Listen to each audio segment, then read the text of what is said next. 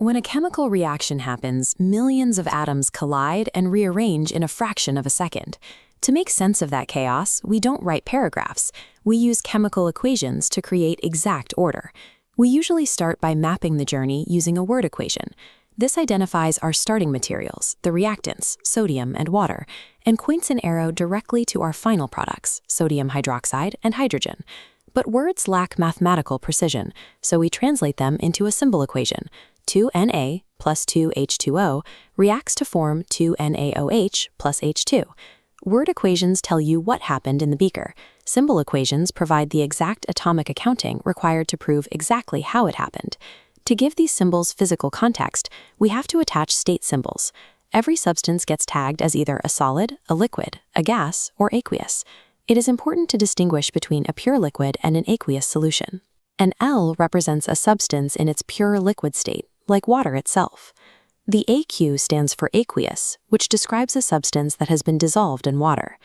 If you misidentify these states or leave the tags out entirely, your perfectly balanced equation becomes factually incorrect. Let's look at a more complex molecule, sulfuric acid, H2SO4. Notice the small numbers sitting at the bottom right of the elements. Those are the subscripts. You cannot alter these subscripts to balance an equation.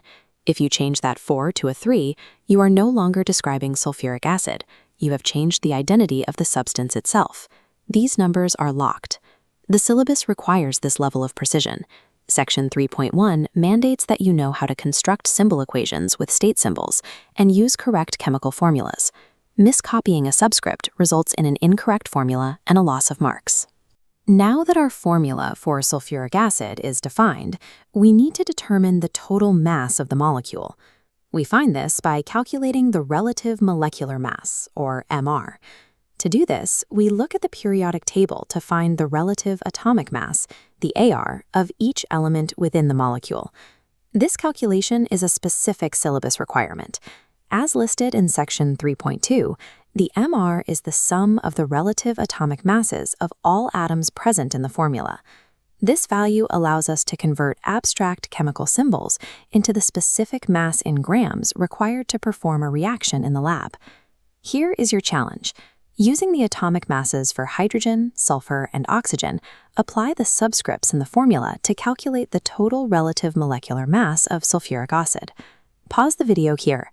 Multiply the atomic masses by the number of atoms for each element, add them up, and press play when you have your final answer. Let's break down the math. We start with the hydrogen. The subscript tells us there are 2 atoms.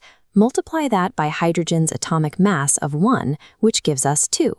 Next is sulfur. With no subscript shown, there is exactly 1 atom. 1 times its mass of 32 is 32.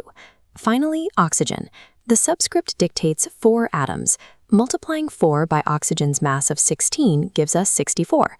Adding those values together, 2, 32, and 64, gives us a final relative molecular mass of 98. Accounting for every subscript is the only way to determine the correct mass. To ensure accuracy, follow these rules.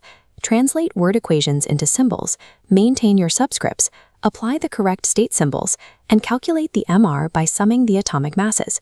Mastering the strict grammar of chemical equations provides the foundation needed to predict and control the behavior of physical matter.